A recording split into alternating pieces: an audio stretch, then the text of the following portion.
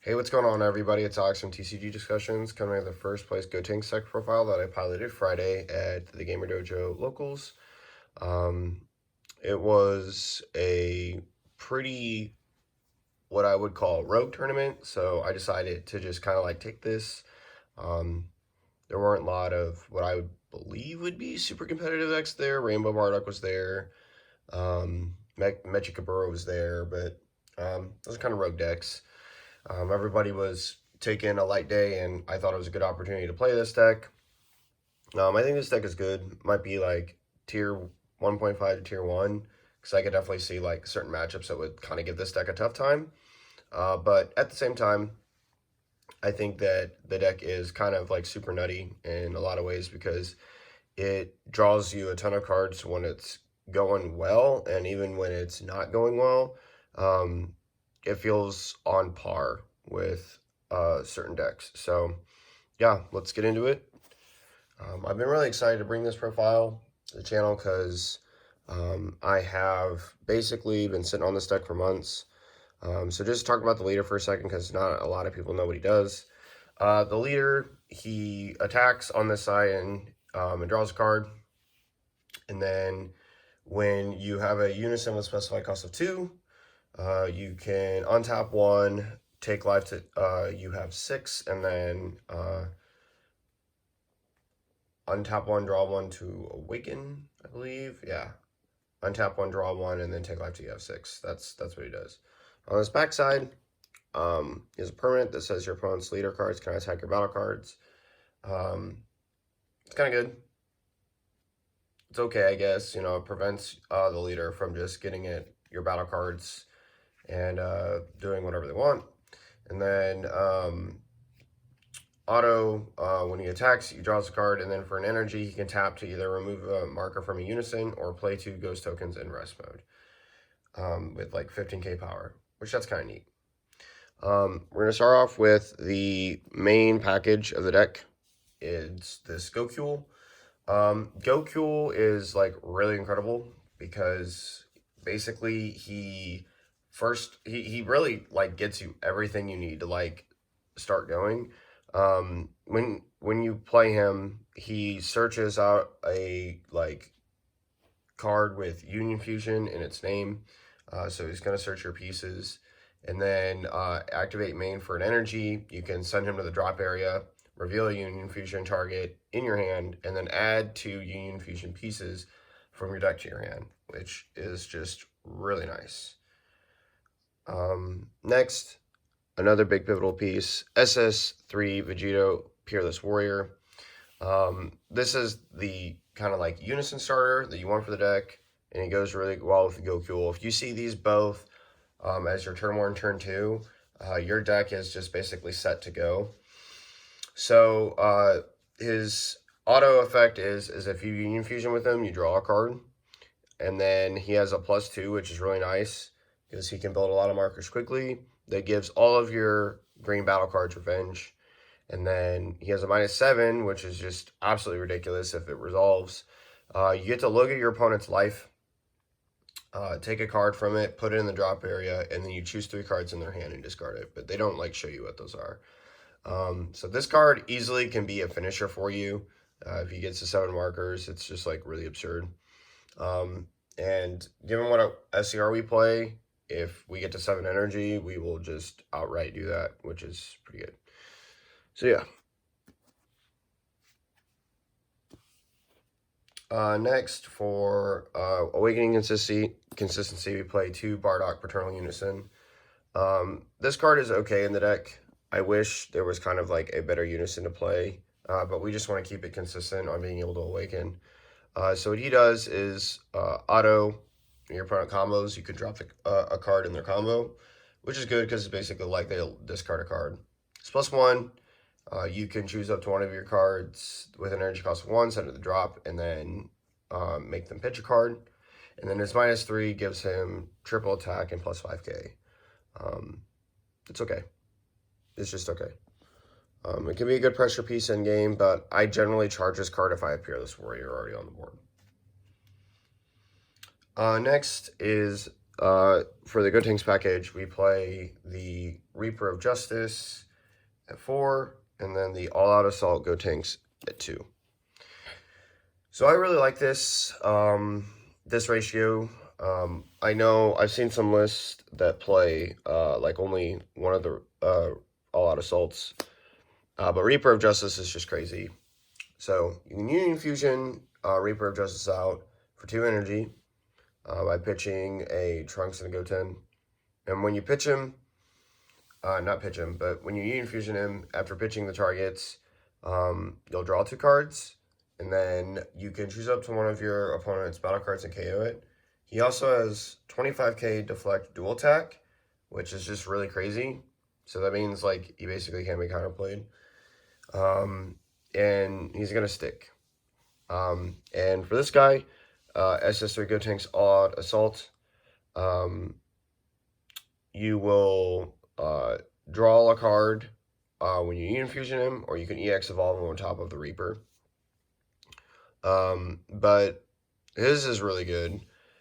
So when he comes in, he can basically pop a card ignoring barrier, and then you can remove 2 markers from your opponent's unison, which is really nice. This deck kind of has like a lot of pressure against unisons, which is really good. And I think that he really kind of breaks the bank in that regard. So yeah.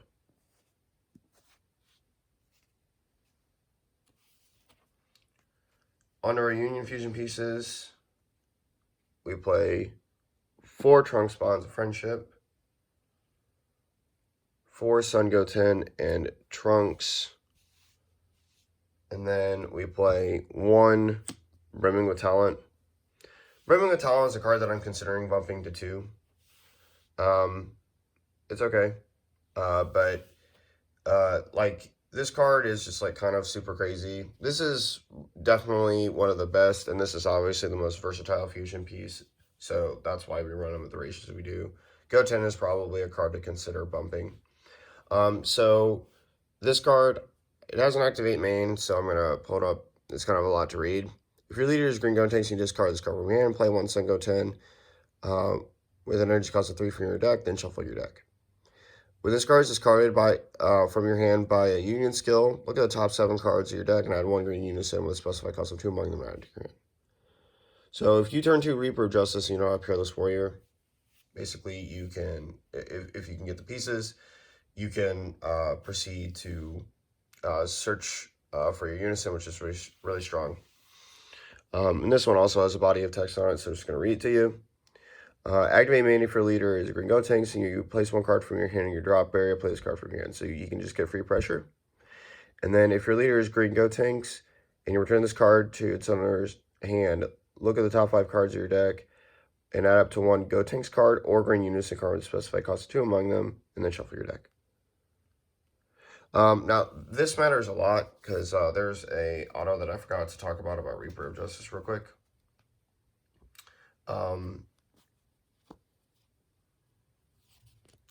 Reaper of Justice says, when this card is removed from your battle area by an opponent's skill or KO'd, add up to 1 Sun Goten and Trunks Youth from your drop area to your hand. And then I'll talk about this card and like talk about the synergy plussing that you get when you play him. Activate main if your leader is a Green Gotenks, add this card from your drop area to your hand. When this card is KO'd, add up to 1 Green Trunks card, Youth, and 1 Gotenks card from your drop area to your hand. Okay, so this is why this deck is like kind of really good.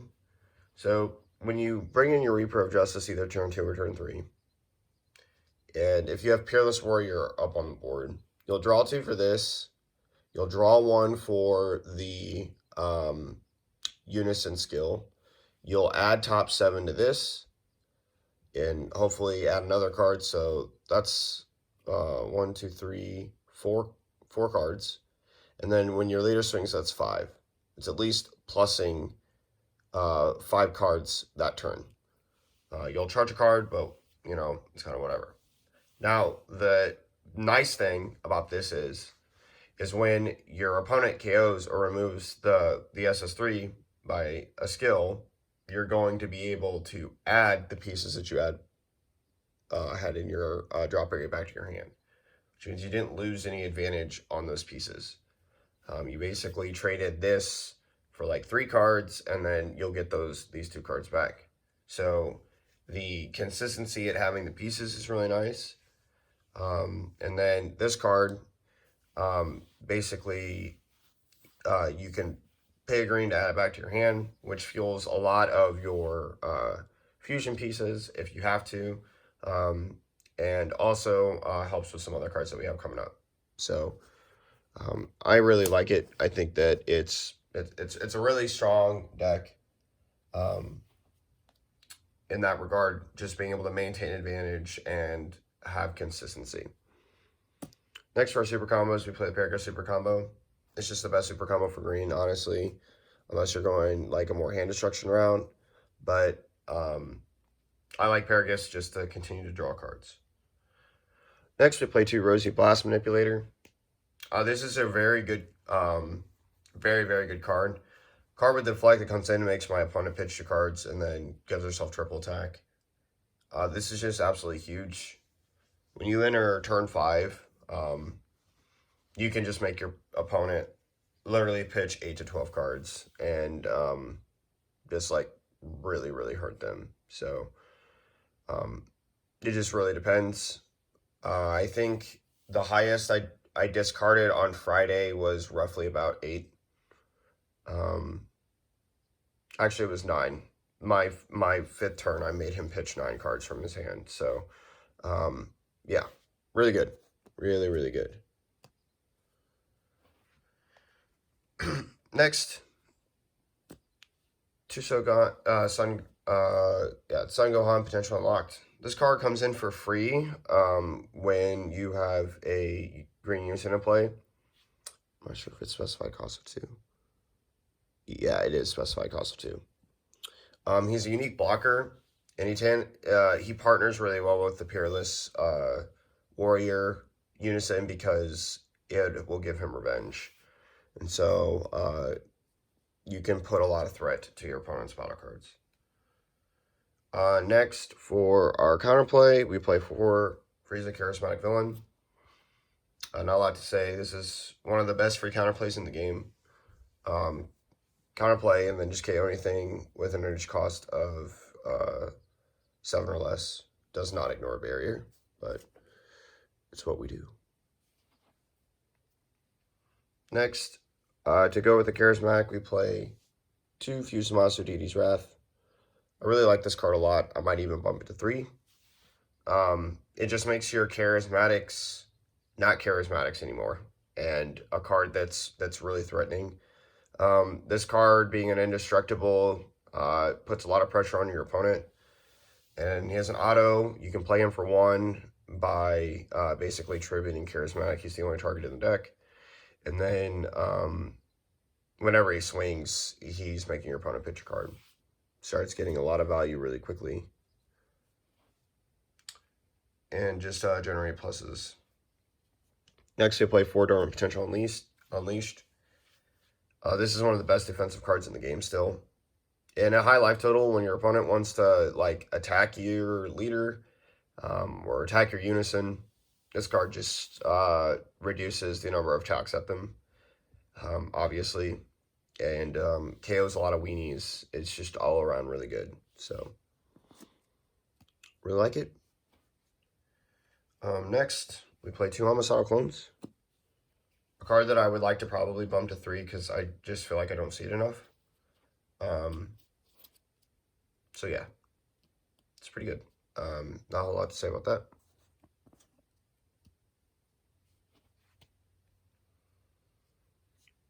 Next, 2 Shocking Death Ball. This is another card that I might increase, at least by 1. I'm not sure what ratios of cards I would like to cut, but here is an issue that I will say that I run into. The deck doesn't have any Self-Awakening, so turning on my super combos can be kind of especially if they're just able to generate a lot of pressure on my unison. Hopefully I have Dormant, but it's just one of those things that's kind of a flaw about the deck, just not being able to draw the cards that you need to see. Next, for the 1-0s, we play one Furthering Destruction Champa. This is just to turn any of our, like, 25Ks into double strikes if we have to. It's pretty self-explanatory in that regard. One Fighting Against Fate to help put the endgame pressure on. It's really, really good card. And for the last card in the deck, we play Xeno, Unspeakable Abomination. This card is a very good timely card in this deck. I have played him earlier than turn 5, so that I can just basically get a 40k swing at my opponent, and then I would hit, like, hit him with a Champa. But this card is really easy to make in this deck. You just basically take two Reapers of Justice, a Reaper of Justice, a Zamasu, and a Gokul or the Gohan. It could be Gohan, Gokul, Frieza Charismatic, All Out Assault. Same combination of cards, All Out Assault, and a what is it? All Out Assault, Frieza Charismatic, or Fusamasu, and then the two other guys. There's just lots of ways to really make him in the deck, so yeah, and your turn 5 can get just absurd. Like if your Peerless Warrior by turn 5 has, 7 markers, to be able to -7 there, you're just going to be golden.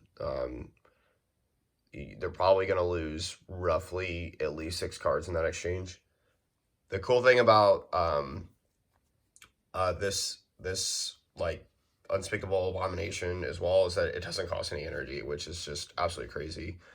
And choosing 3, I choose 3 cards, they don't, so like I get to pick them.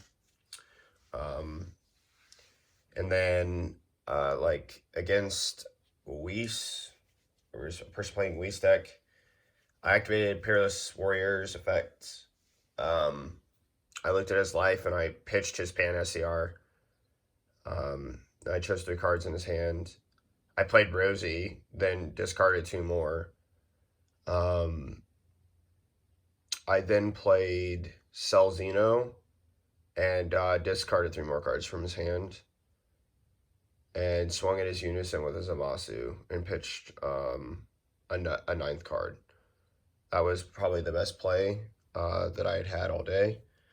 And he had no hand. And he was at 5 life when I activated Peerless Warrior, and the 40k quad strike finished it.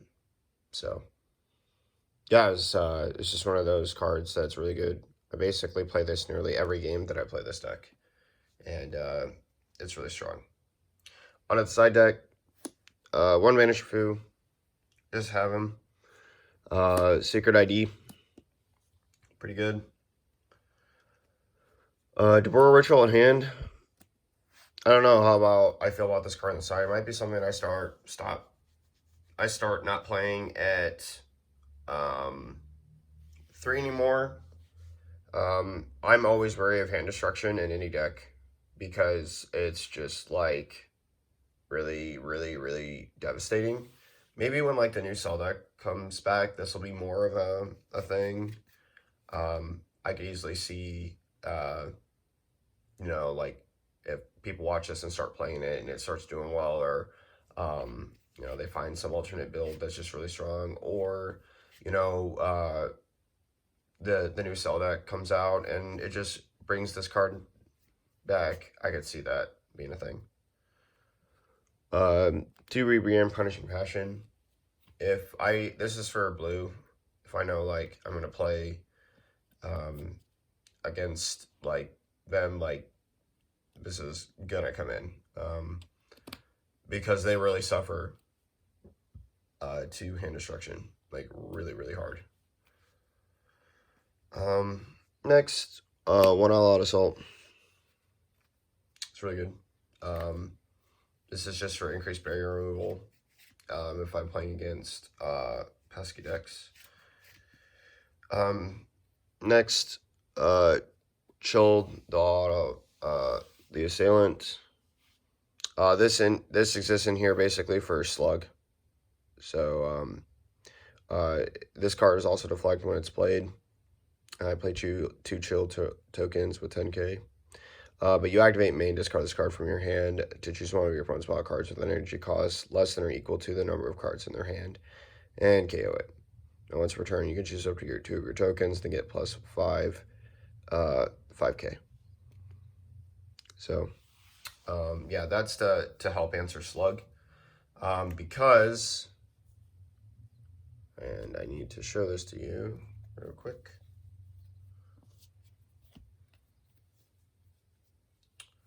With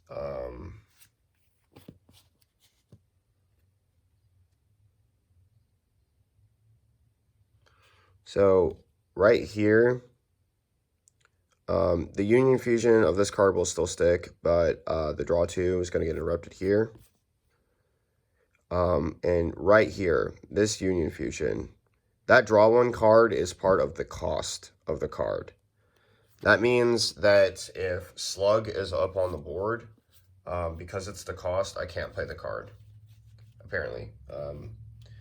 That's what people are running into with the Vegeta in Trunks deck. That's like really popular right now for yellow. And so, yeah, it's just one of those things where slug really hurts that. So chilled's really good at helping solve that problem. And lastly, 4 big and more. This is for Gogeta Xeno. Anything else wants to play above its energy curve, really, but mainly for Gogeta Xeno. Gogeta Xeno is extremely problematic against this deck.